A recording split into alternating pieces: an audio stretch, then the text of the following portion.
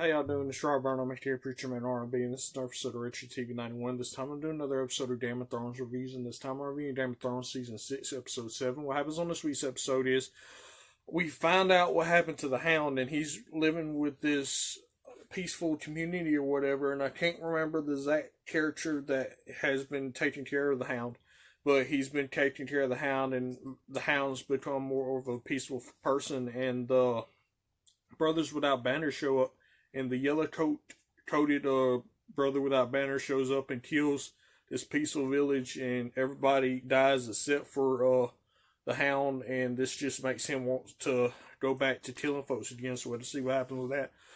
Arya winds up getting stabbed by the faceless woman that's been training her, and she gets dumped into the ocean or whatever, and she comes back up out of the ocean and is trying to get to safety.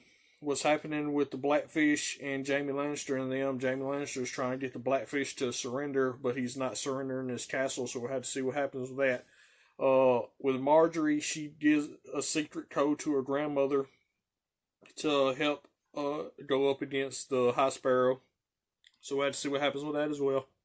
And then Jon is trying to get as much people as possible to join his crusade against the Boltons, and he gets the Umbers to join. But the Karstarks, I think that's who it was, decided that they're not going to join up. And then Jon's talking to the Wildlings, and they wind up joining up as well. And that's all that really happened. My question for y'all is, now that the Hound is back and is about to go on a killing rampage because these peaceful people that he lived with got murdered, what's going to happen with that? As always, Preacher Man R&B signed out.